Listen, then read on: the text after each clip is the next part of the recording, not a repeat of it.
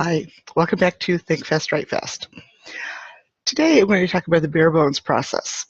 And what this is not how to write a book. If you haven't already written your book, then you're probably really not ready for this step because that is not what I work with. I work with publishing, not writing.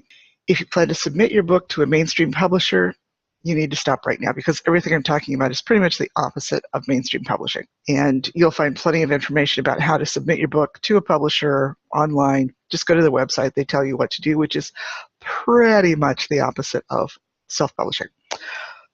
And this is also not about how to take shortcuts. If anything, Think Fast, Write Fast is about going the extra mile to make your book special. In other words, going beyond simply the words to create a beautiful, professionally designed book. Eventually, you will need a digital copy. You need to use a word processor or hire someone to transcribe your handwritten or typed words into a digital file. It needs to be a computer file. End of story. First, you need to do a word count. And your word count is probably more important than a page count because the amount of text and images that you could fit on a page or a piece of paper varies according to the size of font you use, line spacing, margins, and so on. So a word count is probably more accurate than a page count, but you can use the estimate of 50,000 words equals about 150 pages. But that is generally what people work with. Microsoft Word does an automatic word count, where when you open a file, it automatically begins a word count. That's really handy because you need to know that word count. OpenOffice, you can do a word count on screen. There is a menu option, but you can actually do it on screen with OpenOffice, but you need to install an extension in order to do that.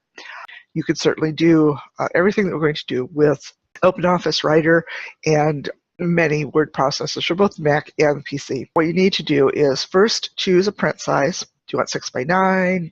An 8.5 square? So you need to know what the format is. And you need to know if you want color or black or white. And you need to know if there is a minimum or a maximum word count.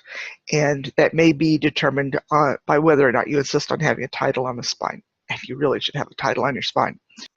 There are lots of print-on-demand providers out there, and you just simply choose one that can print your book in the size and the shape that you need, and if you need color, choose one that can do color. That's pretty simple. The most important thing is styles, and styles are more than just which font to use or what tabs to set. Styles are high-tech. It's way beyond, do you want one word to be in italics? That's not styles. That's so far removed from what styles are. The basic style in Microsoft Word is simply called the normal style. And the template you get will have the normal style, but you will have many more. And every style is connected to the style used prior to it and the style that comes after. So you really want to finish your book, truly finish it, have it edited, have it letter perfect before you paste it into your template. In fact, I have frequently been hired just to solve situations where someone has tried to do the layout themselves and they tried moving things, and the only thing they've done is they've misaltered their styles, and it's very easy to do. Once you understand how styles work, though, it's a piece of cake. So you need to know what's going on before you start moving anything around in your document. So you might as well just wait until you've finished everything. I do not recommend applying styles until you've got the text in its final format. Word to the wise.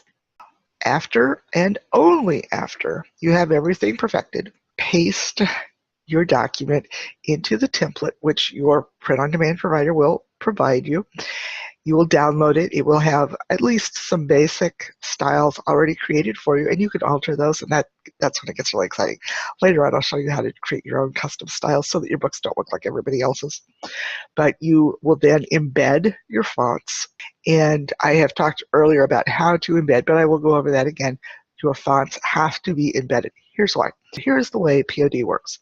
CreateSpace, for instance, does not literally print your books. They may print some, but they subcontract that work. That's why you can order one copy of a book and have it printed right then and there. There may be somebody in Ohio that's printing it or somebody in Texas. Now, what you don't know is, are they using a Mac or a PC?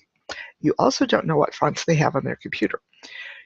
If that computer does not have exactly the same fonts that you have used in this book that you are writing, their computer will replace fonts with some other random fonts, and you don't know what it will be. We're using proportional fonts in almost every case. That means the fonts are different widths and perhaps heights, and to just randomly replace those with another font means that now your text does not fit well on the pages like it has done before, and you will spend a lot of time getting your words to fit very precisely on those pages. If you don't embed your fonts and you have used any font that is not on the computer of the person who's actually going to print your book's a disaster, and you may as well start over. So once you have embedded the fonts, you save your entire book as a PDF, and then you upload it to the print-on-demand provider. Very simple process.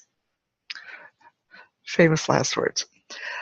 There's actually a long road before you get to that point. But step one, after you choose your format, then you download the template from your POD so you have something to paste your document into.